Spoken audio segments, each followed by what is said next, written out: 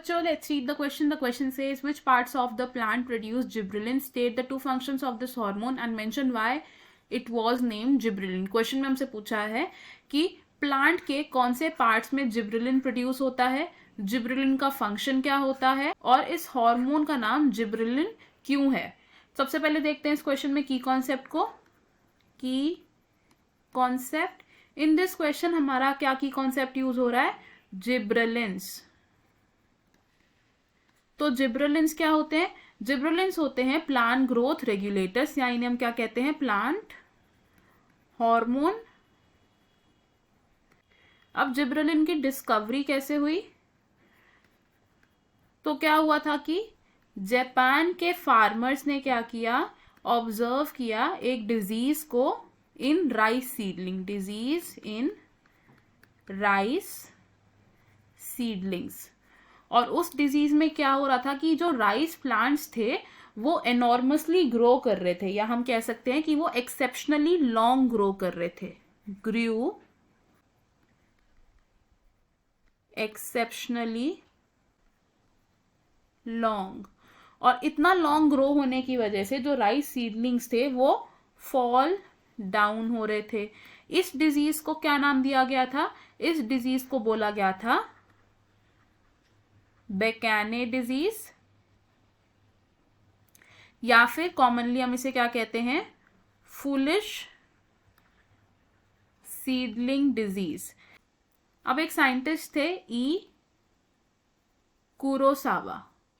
इन्होंने क्या किया, इन्होंने ये ऑब्जर्व किया कि जो राइस सीडलिंग है जिनमें एनॉर्मस ग्रोथ हो रही है, ये सीडलिंग्स इन्फेक्टेड हैं एक फंगस से. और उस फंगस का नाम क्या था, फंगस का नाम था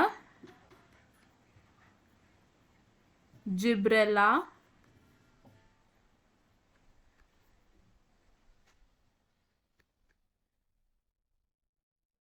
फ्यूजिकोराय. इस जिब्रेला फ्यूजिकोराय को जब स्टडी किया तो इसमें देखा कि इसमें एक ऐसा एक्टिव सब्सटेंस है जिसकी वजह से जो राइस सीडलिंग है उनकी स्टेम बहुत लॉन्ग ग्रो करती है. और वो एक्टिव सब्सटेंस क्या था, active substance was gibberellic acid. अब इस फंगस से क्या किया, हार्मोन को आइसोलेट किया और इस हार्मोन का नाम क्या पड़ गया, जिब्रेलिन्स. अब अगर बात करें जिब्रेलिन्स की लोकेशन की इन अ प्लांट, तो एक प्लांट में जिब्रेलिन्स कहां पर प्रेजेंट होता है, found in seeds, young leaves, roots and embryo.